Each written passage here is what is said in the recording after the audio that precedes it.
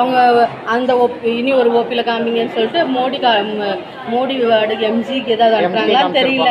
அங்கேயும் வந்து அவங்க கட்டிடம் போனீங்களா? அவங்க வந்து என்ன எதுக்கு நீங்கள் வந்து யார் உங்களை அனுப்பிவிட்டா நீங்கள் அதனால் பார்க்க முடியாதுன்னு அனுப்பிட்டாங்களாம். அவங்க வந்து எங்கிட்ட சண்டை போடுறாங்க. நான் வந்து ஒரு ட்ரீட்மெண்ட்டுக்காக எங்கெங்கே அலையிறதுன்னு அனுப்புறாங்க. அதான் நீங்கள் இங்கே வந்து சர்ஜரியில் அட்மிஷன் போட்டுருங்க.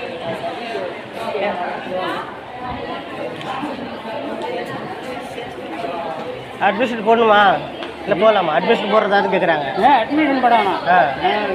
வாங்கிட்டு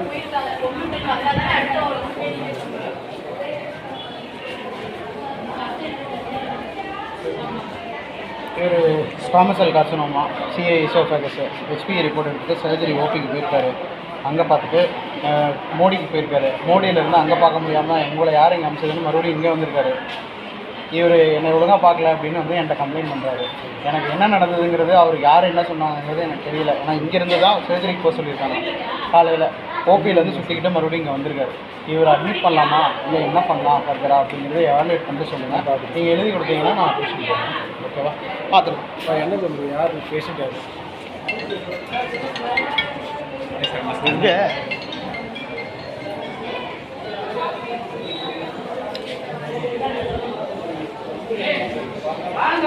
இல்லை வாங்க, அவங்க கேட்டு போ.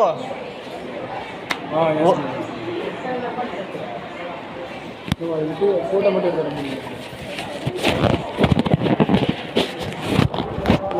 ஆஃபீஸில் டைப் பண்ணி வச்சு கொடுங்க. அந்த அசிஸ்டன்ட் கேட்குறாங்க.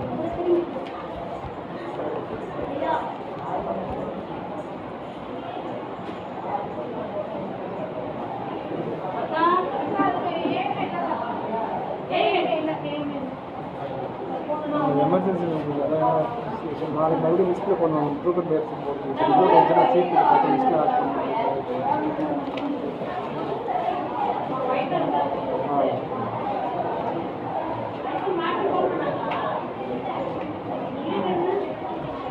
பேஷண்ட் என்ன பிரச்சனை இருக்குது? சாப்பிட முடியலன்னு சொல்லிட்டு இங்கே பிரச்சனைன்னு சொல்லிட்டு வந்து அட்மிட் வந்து தான் 21 முன்னாடி வந்து அட்மிட் பண்ணேன். எல்லா டெஸ்ட்டுமே எடுத்துட்டாங்க. எடுத்துட்டு லாஸ்ட்டாக இந்த டெஸ்ட் எழுதி கொடுத்தாங்க. இதை கொண்டு பழைய பில்டிங்கில் கொடுத்து நான் டெஸ்ட்டு ரிப்போர்ட் வாங்கி நீங்கள் சொல்கிறது கேளுங்க. கேன்சர்னு வந்துருக்கு. இனிமேல் பார்க்க வேண்டியது நீங்கள் கேன்சர் டாக்டர் தான்.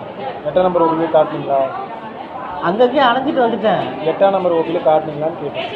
8ஆம் நம்பர் போல் 1ஆம் நம்பரு 14, 15, லாஸ்ட்டு 24 போயிட்டு அப்புறம் திரும்பவும் மோடி பில்டிங் போயிட்டு திரும்பி இங்கே வரேன். அவங்களுக்கு தப்பாக அமைச்சிருக்காங்க. நாளைக்கு காலை 8ஆம் நம்பர் ஓபி போய் காட்டிக்கணும். கேன்சர் டாக்டர் அங்கே தான் இருப்பாங்க. யார் எழுதி கொடுக்க டாக்டரோட யாரும் எழுதி கொடுக்க தேவையில்லை. இந்த காலையில் ஓபி இருக்குல்ல, ஓபி சீட் ஒன்று போட்டுக்கோங்க. போட்டுட்டேன். ஓபி சீட் போட்டேன் சார். காலையில் வந்து போட்டுட்டேன். அப்போ எதுவுமே டேரக்டாக காட்டுங்கப்பா. ஆனால் எனக்கு இந்த ரிப்போர்ட்டை காட்டினாவே போதும். ஆனால் கேட்க மாட்டாங்க.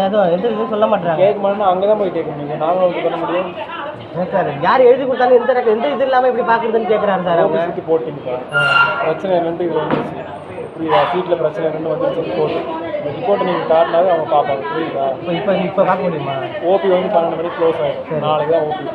காலையில் 8 மணிக்கு 12 மணிக்கு ஓபி. 8 மணிக்கு நான் வந்து இங்கே வந்துட்டு எங்கே போய் பார்க்கணும்? 8ஆம் நம்பர் ஓபி புற்றுநோய் டாக்டர் 8ஆம் நம்பர் ஓபியில் தான் இருப்பாங்க. புரியுதா?